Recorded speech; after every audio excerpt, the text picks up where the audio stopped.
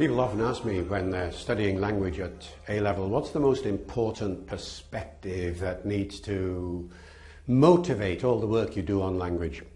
And people think it's grammar, isn't it? No, it isn't. Grammar's important, of course. Vocabulary, well, that's important too.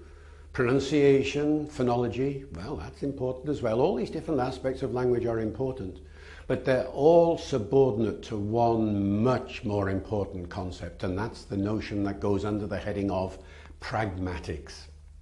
Now, a pragmatic perspective is really essential because pragmatics answers the question, why? It's not just a matter doing language, you see, is it? Of saying, oh, this happens, and that happens, and that happens. Look, he's using that particular word, or she's using that particular grammatical construction. The question is, why are they using it in this way? And that's what pragmatics does. If you want a definition of pragmatics, it's the study of the choices you make when you use language, the reasons for those choices, and the effects that those choices convey.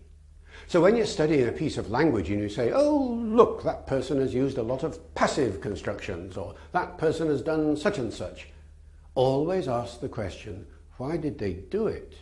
And when you're asking the question why, you're basically saying, why did they do it that way rather than that way?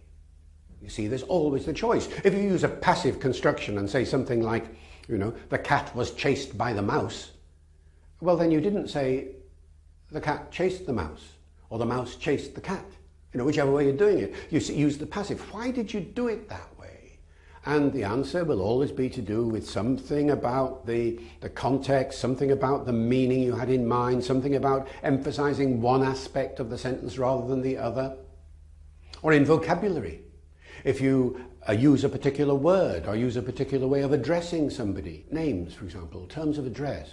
You meet somebody, hello, John, hello, Jones, hello, Mr. Jones, hello, Jonesy, hello, JJ. Hello, Nobber. Well, why do you say Nobber? Because you and Jones go back a long way and you know his nickname from when he was a kid.